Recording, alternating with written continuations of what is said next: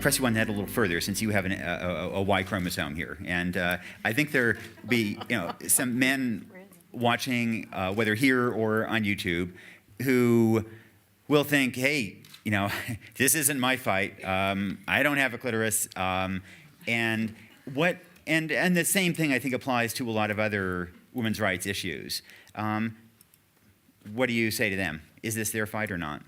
Oh, it absolutely is their fight. If they care at all about, human rights, about their own freedom and their own dignity. I mean, I think that was my point about the linkage between the fight for women's rights and the fight for all human rights. I mean, it's not, we all can very easily draw the connections between the status of women in any particular society and the general status of human rights in that society. And that includes the societies in which many of the people who are watching this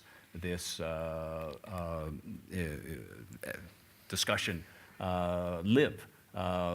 Insofar as, and it's the experience of my own life and my own organization, that it was the struggle of women for their rights that made us understand our own rights and the way things are connected, and the way that the approach we were taking was a very narrow and very limited approach. So I think it's in the vital interest of every man, and we of course don't live in isolation from women.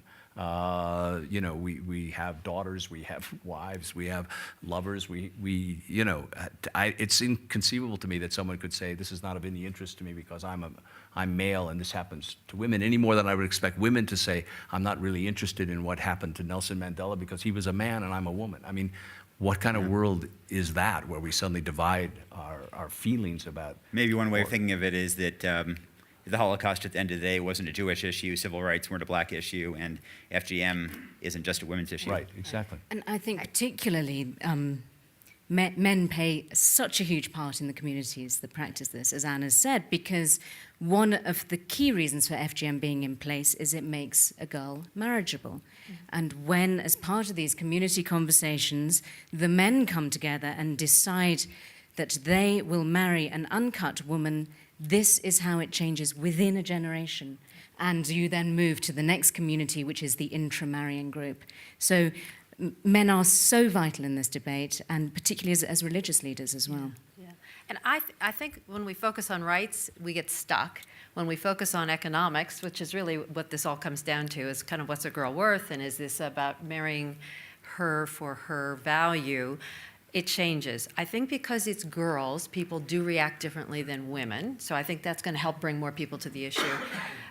We've used economic incentives in a number of cases to get communities to think differently about early marriage.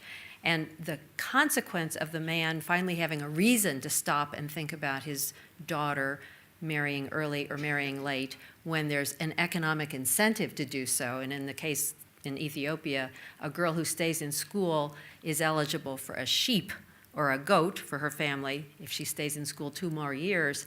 The fathers have been saying, I wasn't really in the conversation before. I had no reason to have the conversation. I had no reason to think about it. I had no reason to think about the value my daughter could bring to my family if she stayed in school longer. The economic incentive got him to pay attention. So I'm for the hybrid solution, which is the community listening, incentives where we can apply them. And I know not everybody loves incentives, but I think they do work, and the external pressure.